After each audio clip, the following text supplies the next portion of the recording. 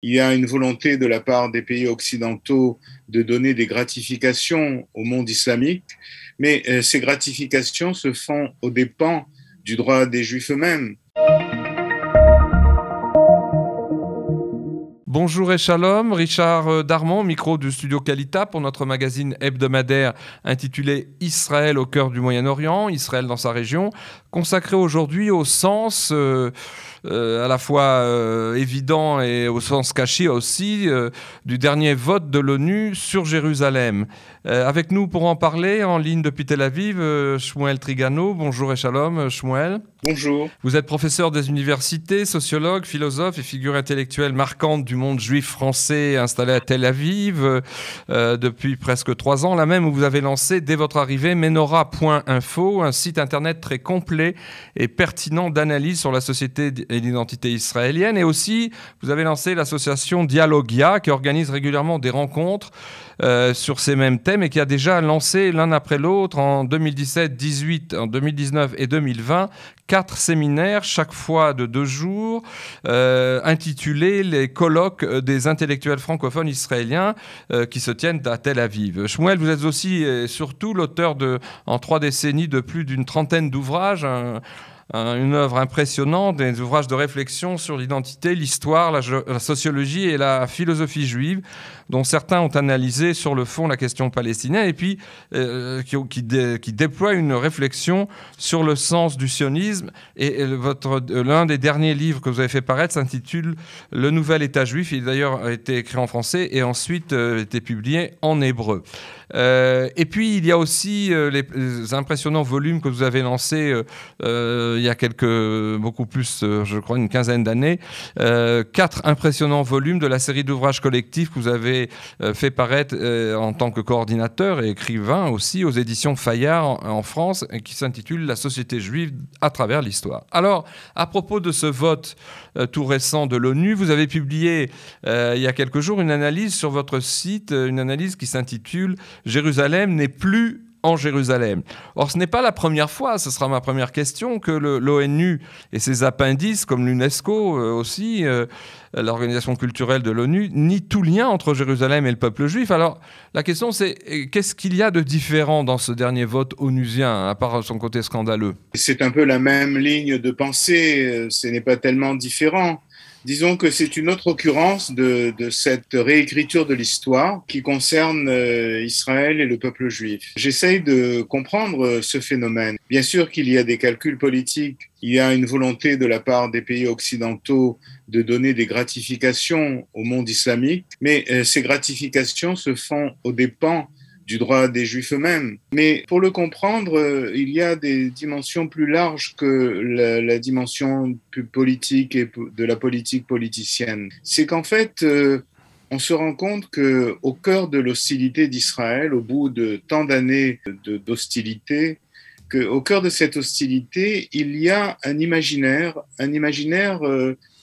qui est un imaginaire religieux. Ce que je voudrais dire, c'est qu'il peut y avoir un imaginaire religieux sans religion, sans religiosité, parce que cet imaginaire, il a forgé les grandes civilisations dans lesquelles nous nous trouvons.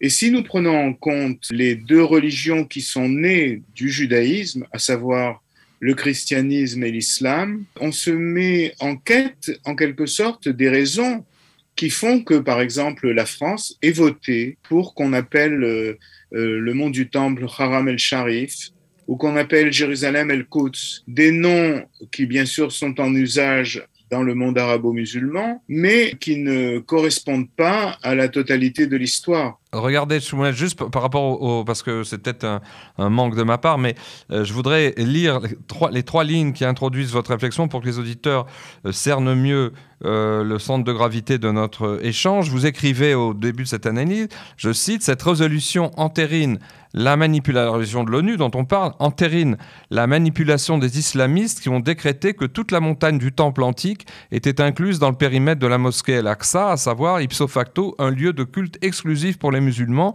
et donc interdit aux juifs sur toute l'étendue en dehors du bâtiment strict de la mosquée. » Et donc, effectivement, c'est à partir de cette manipulation qu'il y a une dimension que vous développez ensuite dans la dimension, un soubassement, c'est ce que vous étiez en train d'expliquer, un soubassement à proprement parler religieux dans le point de vue des pays de tradition chrétienne notamment, qui ont soutenu cette prise de position scandaleuse.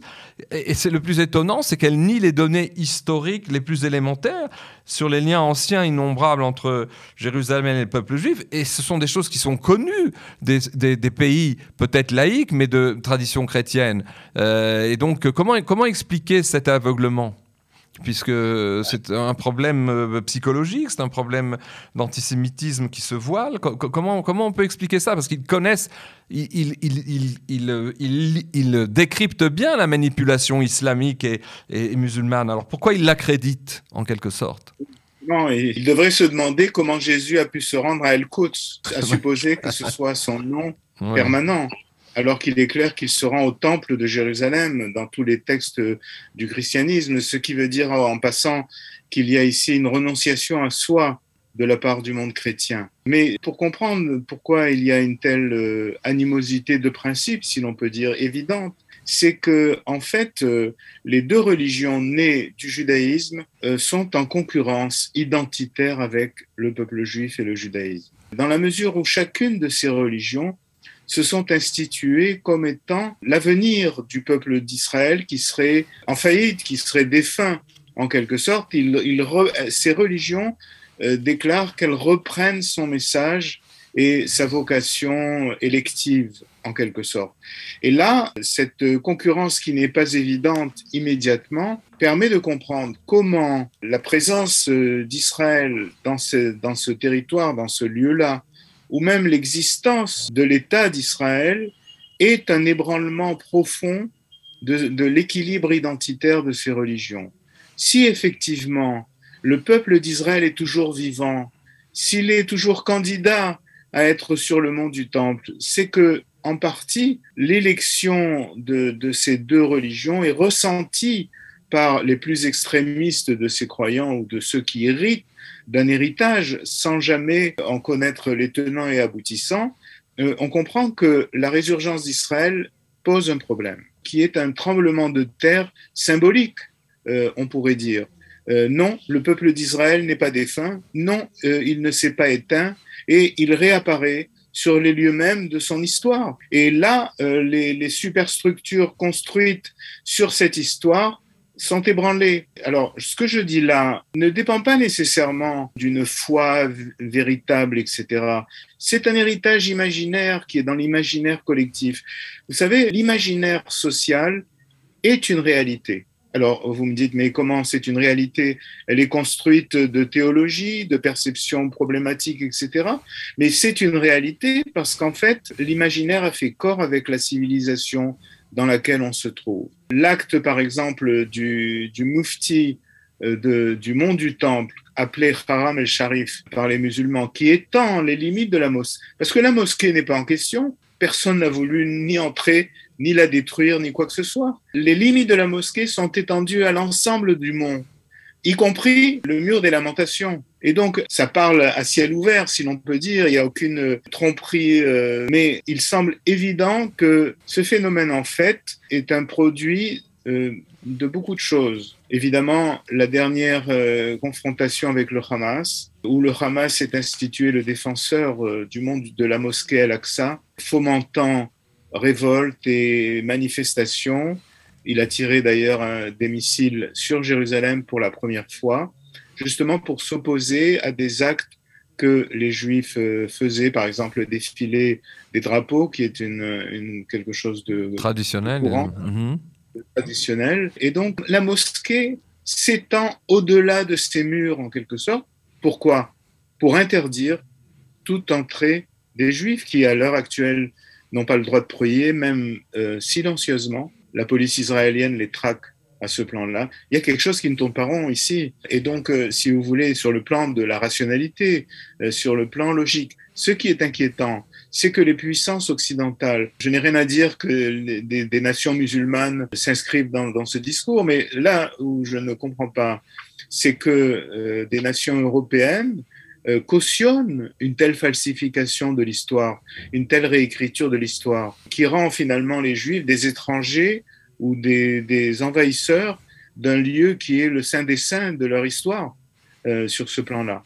Donc là, on est obligé d'invoquer des causes beaucoup plus profondes, beaucoup plus larges que les causes de la politique politicienne. Alors vous écrivez justement dans cette analyse à ce propos, je vous cite, outre la violence que représente cette opération d'écriture d'hier et d'aujourd'hui, elle révèle quelque chose qui en règle générale reste dans l'obscurité, à savoir le substrat religieux anti-judaïque ou non, selon les cas, qui préside au vote des États concernant Israël à l'Assemblée générale de l'ONU. J'entends que dans l'imaginaire politique collectif, même pour les États éloignés de leur passé religieux, le rapport aux Juifs, qui fut marqué tout au long de l'histoire par la religion, est toujours à l'œuvre aujourd'hui. Et donc, on a affaire à, comme vous disiez, un imaginaire. Mais notre discussion m'a fait penser à cette catégorisation qui était celle, en fait, du rabbin Léon Ashkenazi, Manitou,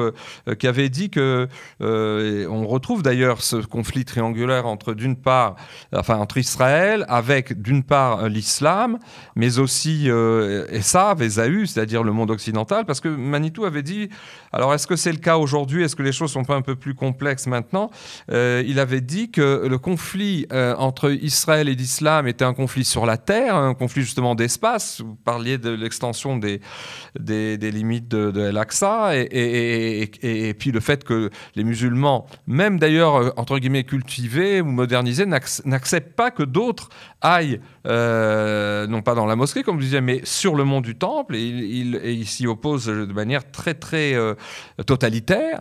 Et puis donc un conflit avec l'islam qui serait sur la terre, et un conflit avec le monde chrétien dont vous parliez, vous faisiez allusion tout à l'heure, qui serait lui plus théologique, un conflit sur le ciel.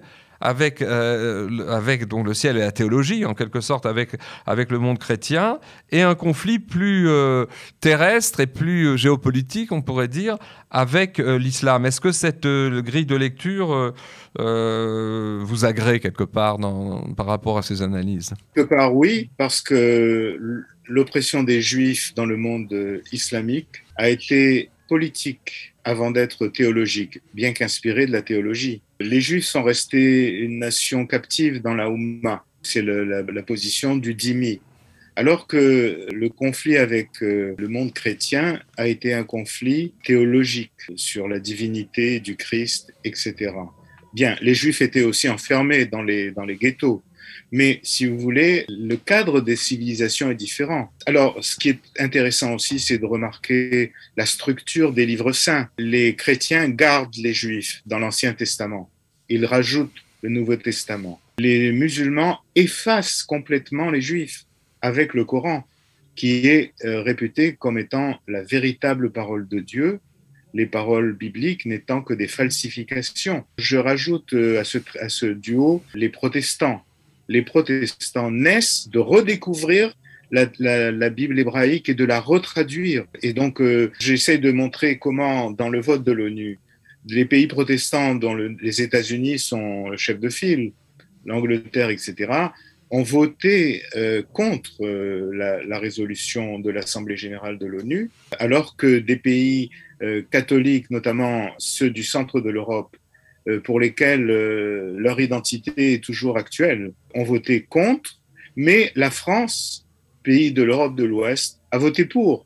Elle a voté pour, et c'est le signe que finalement, elle a peu d'intérêt pour sa propre identité, parce que ce qui est en jeu derrière l'identité d'Israël sur ce plan-là, c'est sa propre identité. Donc on voit à la structure même des livres saints comment cette répartition. Et en fait, il y a un impact dans la réalité aujourd'hui, dans les votes, notamment à l'ONU. À part ça, il y a le Coran, dans cette dimension-là, se présente comme étant la parole divine. Le premier homme, Adam, était musulman dans la tradition islamique. Et donc, toute la terre lui appartient, si l'on peut dire. C'est toute la théorie du djihad qui est derrière cette conception-là. Donc, il y a une territorialisation dans la tradition musulmane, dans la tradition juridique, qui est en rapport spécifiquement avec la terre et la nature de ces occupants. Donc, ce que je vois là, c'est une continuité, en fait. Il y a là une structure civilisationnelle dont tout le monde est inconscient, croyant, non croyant, hostile à la religion, mais qui a structuré la vision des choses, et notamment la vision des Juifs, Alors, qui aujourd'hui trouve à se réveiller. Alors justement, dans la fin de cette analyse, que je trouve utile de citer, parce que tout le monde ne l'a pas lu, vous écrivez que Israël et la religion juive sont l'objet d'une délégitimation déguisée de la part de l'ONU, je cite, qui contribue à faire d'Israël un État sans fondement historique. Et vous ajoutez, le problème cependant, c'est que le leadership israélien n'est pas lui-même au clair sur ce point. Soulevez un autre lièvre. En fait, la situation actuelle découle d'une défaillance morale et stratégique d'Israël. Quand le vainqueur de la guerre des 6 jours, Moshe Dayan, s'est retrouvé devant le mont du Temple, il a fui le face-à-face avec le destin juif qui remettait entre les mains de l'État d'Israël, donc alors agressé par la Jordanie, ce cadeau inattendu. Et on se souvient qu'il s'est écrié, vous le citez, « Que va-t-on faire de tout ce Vatican-là » Et il a remis les clés du mont du Temple au mufti jordanien, avec l'accord du gouvernement, mais aussi du Parti national religieux, le Mafdal, qui était censé être sioniste religieux. Donc on a affaire, finalement, nos problèmes avec ses voisins immédiats, c'est aussi nos problèmes d'identité personnelle, on pourrait dire. Collective, avant tout, dans la mesure où je trouve que c'est une scène fascinante de l'histoire juive, cette scène de Moshe Dayan, d'imaginer... En 67, en juin 67, oui. Oui, comment dans son cerveau se sont télescopées des histoires entières. En fait, il n'a pas eu la force ni l'audace d'assumer cette dimension du destin.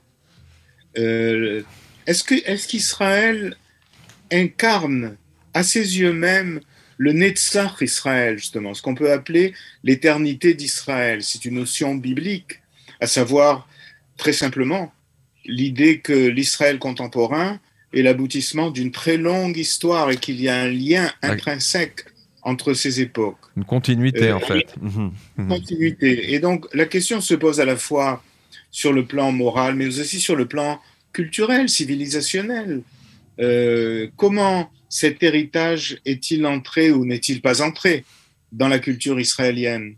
Alors là, j'ai intitulé un de mes derniers livres sur l'État juif, Par-delà la normalité, dans la traduction israélienne. Le nouvel État juif par-delà la normalité. Le projet de la normalité était le projet de redevenir comme les autres, ce qui est une idée bizarre, mais qui est déjà présente dans l'histoire du prophète Samuel, où les Hébreux demandent un roi comme les autres. Et donc, si vous voulez, cette volonté a fait qu'il y a eu une sorte de dissociation entre le peuple juif vivant et cet héritage considérable qui le forme. Et là, c'est là où, en fait, il y a l'hésitation de Moshe Dayan a été d'abord une catastrophe politique. Pourquoi? Parce que le mouvement islamiste israélien, oui, il y a un mouvement islamiste israélien, il faut le savoir, dont une partie est représentée à la Knesset. Le mouvement islamiste israélien s'est inscrit dans cette mosquée comme il a bien compris qu'il y avait une défaillance morale du peuple juif. Et donc, ils se sont installés dans cette mosquée à partir de laquelle ils menacent la sécurité, la paix, Israël, etc. Et donc, il y a là une structure. La défaillance de Moshe Dayan a ouvert la porte à cet abcès de fixation. Donc, au sein même de la souveraineté d'Israël, il y a un lieu qui lui échappe. Alors, qui lui échappe auparavant parce que le temple était là, mais qui lui échappe aujourd'hui parce qu'il est sous l'emprise de ce mouvement islamiste. Alors justement, qui détient les rênes d'une guerre mondiale ou pas. Absolument. C'est ça. Ben justement, vous terminez cette analyse assez dense et très concise, mais en même temps très riche, par une réflexion en forme de question qui est assez pessimiste, il faut le dire. Vous dites, c'est votre dernière phrase, « Jérusalem restera-t-elle vraiment la capitale d'Israël ?» Est-ce que c'est une question qui, pour vous, se pose en termes concrets aujourd'hui? C'est une question qui se pose en termes concrets, car vous n'êtes pas sans savoir qu'il y a une dégradation générale de la sécurité dans l'État d'Israël aujourd'hui, et notamment à Jérusalem, où des quartiers sont souvent caillassés, où les bus sont également caillassés, qui circulent dans certains quartiers entre les villes alentours, etc. Et avoir aussi la réaction du monde à cette assemblée de l'ONU, bien qu'elle n'ait aucun pouvoir, mais néanmoins c'est une jauge de l'esprit des nations concernant Israël. Il n'y a pas d'assentiment. Ça terrifie toujours le monde que l'Israël éternel ressurgisse sur la terre, si vous voulez. C'est ça qui est en jeu, ce lien avec cette histoire. Or, ici, il s'agit de dénier tout lien avec cette histoire, comme si il n'y a jamais eu de temple de Jérusalem, d'État juif, etc., très longtemps avant l'invasion islamique et l'Empire ottoman. Donc, si vous voulez, il y a là, ici, un problème à la fois de réalisme historique, de réalisme politique, mais aussi d'un imaginaire qui fomente des explosions à venir, parce qu'il ne faut pas négliger le fait qu'il y aura des explosions autour de ce lieu-là. Écoutez, Shmuel, merci. On aurait beaucoup à dire. Notamment, vos derniers mots m'ont fait penser à cette phrase de De Gaulle dans sa fameuse conférence de presse de novembre 67, où justement il faisait allusion pour se déclarer contre la présence israélienne à Jérusalem, au rêve d'une ancienne grandeur, avait-il dit à propos du peuple juif. Et finalement, cet héritage, on y est en plein dedans. Je vous remercie d'avoir consacré du temps à ce sujet et aux auditeurs du studio Kalita. Merci de nous avoir écoutés et à très bientôt, à la semaine prochaine pour notre magazine. Merci, Shmuel.